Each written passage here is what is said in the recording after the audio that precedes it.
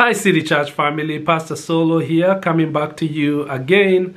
Wanted to remind you all that this Sunday we're going to have our regular service at the normal time, but it's going to be online. You're going to be able to follow the service online through our YouTube channel, the main page of our website, lincolncitychurch.org, or our Facebook as well. There'll be many different ways that you'll be able to follow it online. We look forward to coming together, worshiping the Lord, and sharing His Word together this Sunday. I cannot wait for the day that we'll be able to come back together and worship. I think it probably feels harder for me because we were gone for a couple weeks before, so I feel like I miss you guys already. If I could just drive and come see each one of you individually, I would love that. But you know, these are interesting times that we are living in, and it's good for us to work together and do our part in helping contain or limit the spread of this coronavirus. And keep praying as the people of God. Many people depend on our prayer. The people serving in the front line, medical doctors, nurses, people in the hospital, grocery store people, the police, law enforcement, all sorts of people are working very hard to help and to serve our community, and so we appreciate them.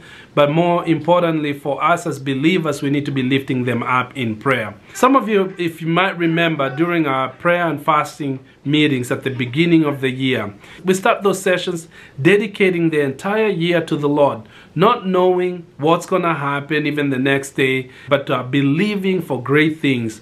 And one of the things that stood out to me is that in our prayer meetings, we had one verse that stood out and became a theme, if you would, for the prayer session. And that verse was that there is a great and an effective door that has opened for us, and there are many adversaries. I remember leading out with that verse one of the nights that we had prayer together, and it was supposed to be a one-night deal, but somehow that verse stood out the most, and we were praying the other days, and it came up every single night we got together to pray. And how true and prophetic that was to the times that we are living in. This is by all means a very, very weird time.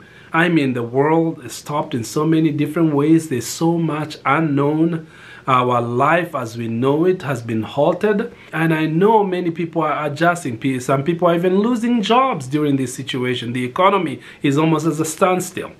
But yet, in the middle of all this mess, I believe there's a silver lining that God will bring for our families, for the body of Christ in general, and even for our nation and the world at large. These are times for crying out to God. These are times for us to put aside everything that does not matter, and times to come together as families, as individuals, and getting closer to God like never before.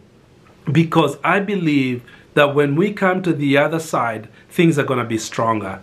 There is a great and an effective door that has opened for us, and there are many adversaries. We might be dealing with a lot of things, but yet I believe God is doing something supernatural.